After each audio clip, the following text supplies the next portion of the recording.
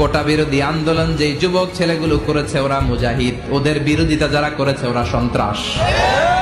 নিরাপদ সড়ক চাই আন্দোলন যে ছেলেগুলো করেছে এক একটা মুজাহিদের বাচ্চা, ওদের বিরোধিতা যারা করেছে এক একটা কুখ্যাত সন্ত্রাস।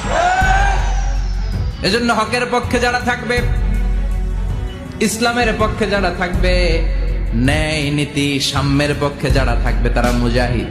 বাই ডিফল্ট এগুলো মুজাহিদ, চিল্লায় বলেন ঠিক কিনা? আর বিরোধিতা যারা করবে সন্ত্রাস। যুবকরা হচ্ছে শক্তির আধার, তাদের মধ্যে আছে প্রাণ ঢালা উচ্ছ্বাস, তাদের রক্ত গরম, তারা চাইলে অনেক কিছু করতে পারে, পারে না? কোটা বিরোধী আন্দোলন করতে পারে, তারা নিরাপদ সড়ক চাই আন্দোলন করতে পারে, তারা দুর্নীতিমুক্ত বাংলাদেশ গড়ার প্রত্যয় নিতে পারে, চিল্লায় বলেন ঠিক কিনা?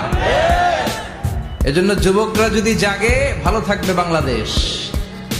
যুবকরা যদি ইসলামের পক্ষে কাজ করে বাংলাদেশ তার রহমত আর বরকত দিয়ে